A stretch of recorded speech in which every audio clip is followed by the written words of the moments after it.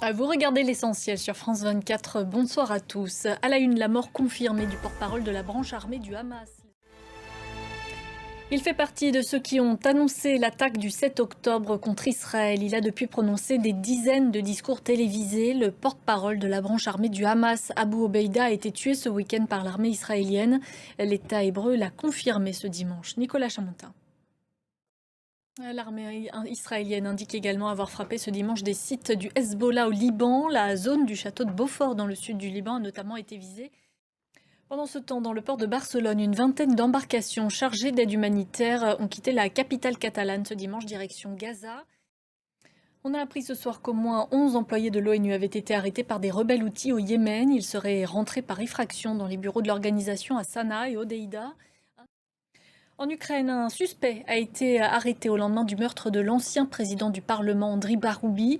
L'annonce a été faite ce soir par Volodymyr Zelensky. La guerre en Ukraine, un sujet brûlant qui s'invite également à la Mostra de Venise avec une programmation très politique cette année. Il rassemble près de la moitié de la population du globe et plus de 20% du produit intérieur brut mondial. Les pays de l'OCS, l'Organisation de coopération de Shanghai, sont actuellement réunis à Tianjin, dans le nord de la Chine. Parmi les invités, le russe Vladimir Poutine, l'Indien Narendra Modi, le turc Recep Tayyip Erdogan ou encore l'Iranien Massoud Pezeshkian. Nicolas Chamontin. L'actualité politique en France à présent est la prise de parole de François Bayrou ce dimanche soir. Dans une interview donnée à 4 chaînes de télévision, le Premier ministre français a défendu bec et ongle sa décision de demander un vote de confiance à l'Assemblée nationale le 8 septembre prochain. Selon lui, ce n'est pas le destin de son gouvernement qui est en jeu, mais celui de la France. Christelle Méral. Il y a 10 ans, jour pour jour, en pleine crise migratoire, Angela Merkel prononçait une phrase restée célèbre: Wir schaffen das, nous y arriverons. Elle faisait alors le pari d'ouvrir les portes de l'Allemagne à plus d'1 million de réfugiés, en majorité venus de Syrie, d'Irak et d'Afghanistan. 10 ans plus tard, quel est le bilan? L'Allemagne a-t-elle vraiment réussi à intégrer ces réfugiés, notamment sur le marché du travail?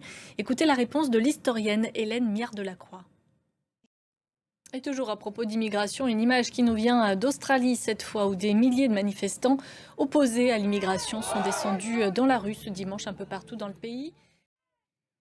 Direction Cuba, où les voitures anciennes, vintage, ont toujours fait partie du paysage. Pour la première fois cette année, un concours était organisé à La Havane pour départager les plus impressionnantes. Natalia Odicharia. Et c'est la fin de ce journal. Merci de votre attention. L'information continue sur France 24.